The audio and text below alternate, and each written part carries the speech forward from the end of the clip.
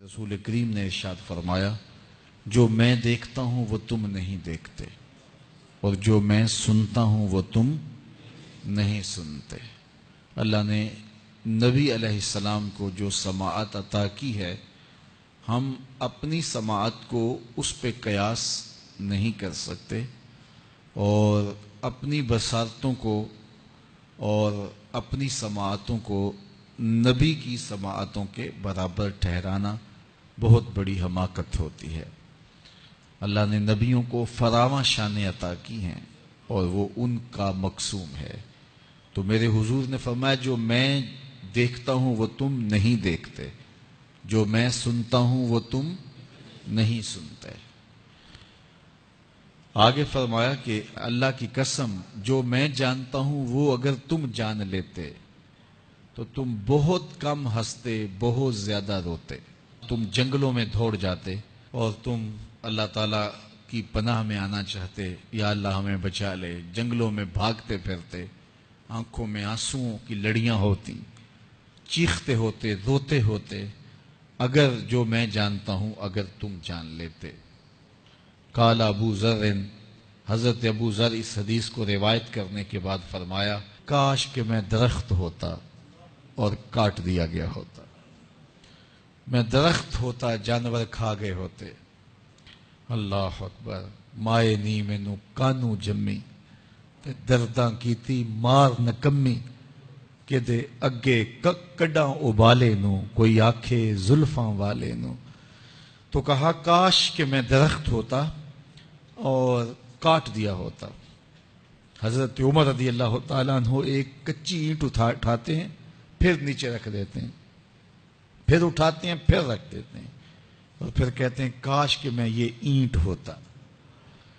حضرت سیدنا صدیق اکبر رضی اللہ تعالیٰ عنہ درخت کے نیچے بیٹھے تھے، ایک چڑیا ایک شاخ سے اڑ کے دوسری شاخ پہ جاتی، وہاں سے اڑ کے پھر دوسری شاخ پہ آتی، تو حضرت صدیق اکبر رو پڑے، کہا چڑیا کتنی موج میں ہے، جس شاخ پہ چاہے بیٹھتی ہے، اور قیامت کے دن تیرا حساب بھی نہیں ہوگا۔ کہا پھنسے تو ہم ہیں۔ رسول کریم صلی اللہ علیہ وآلہ وسلم سے لوگوں نے کہا، حضور آپ بوڑھے ہو گئے۔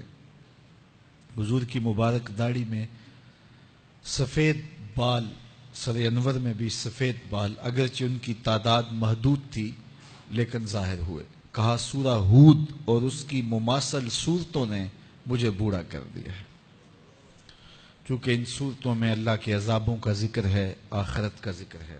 یہ وہ بابرکت وجود ہیں، وہ بابرکت ذات ہیں کہ جن کے دامن پہ گناہ کا ایک دھبا بھی نہیں ہے۔ اور میں اور آپ اپنے آپ کو دیکھیں تو ہم کہاں کھڑے ہیں۔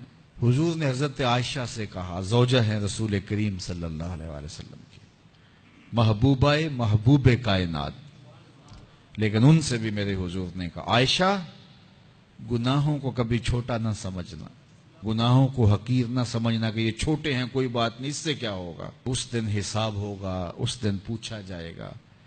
تو اپنی زندگی کو مرتب اور منظم کر کے رکھو۔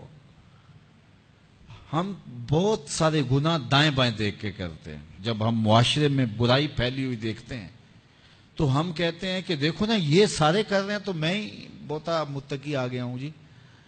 دائیں بائیں دیکھ کے گناہ کرتے ہیں، پھر ہم کہتے ہیں فلاں بخشا گیا تو ہم بھی بخشے جائیں گے۔ اچھا اگر وہ نہ بخشا گیا تو پھر جہنم میں جانا قبول ہے؟ تو دائیں بائیں دیکھ کر دلیر ہو جاتے ہیں۔ حضرت عباس اور حضرت عمر رضی اللہ تعالی عنہ کا آپس میں دوستانہ تھا۔ انہوں نے ایک دن بیٹھے بیٹھے عہد کیا کہ ہم میں سے جو شخص پہلے فوت ہو گیا وہ دوسرے کو خواب میں ملے اور قبر کے حالات بتائے۔ اچانک حضرت عمر کا وصال پہلے ہو گیا، سال کے بعد حضرت عمر خواب میں ملے۔ اس نے کہا عباس مجھے وعدہ تو یاد تھا لیکن سخت حساب آن پڑا تھا تو میں تو اس کے اندر لگا رہا، تو اب کیا ہوا؟ کہا پھر اللہ نے کہا چلو اس کو یوں ہی معاف کر دو۔ تو کہا چھٹ کے ابھی ابھی آ رہا ہوں۔ تو میں نے کہا وعدہ پورا کر دو۔ میں اور آپ ٹھیکیدار بن جاتے ہیں جنت کے۔ ہمارے پلے عمل ہے کیا؟ ہیں تو ریاکاری کے شکار ہے ہمارے اعمال۔ تو آئیے ہم اپنی آخرت کے لیے سوچیں، اپنی زندگی کو اچھائی کی راہوں کا مسافر بنائیں.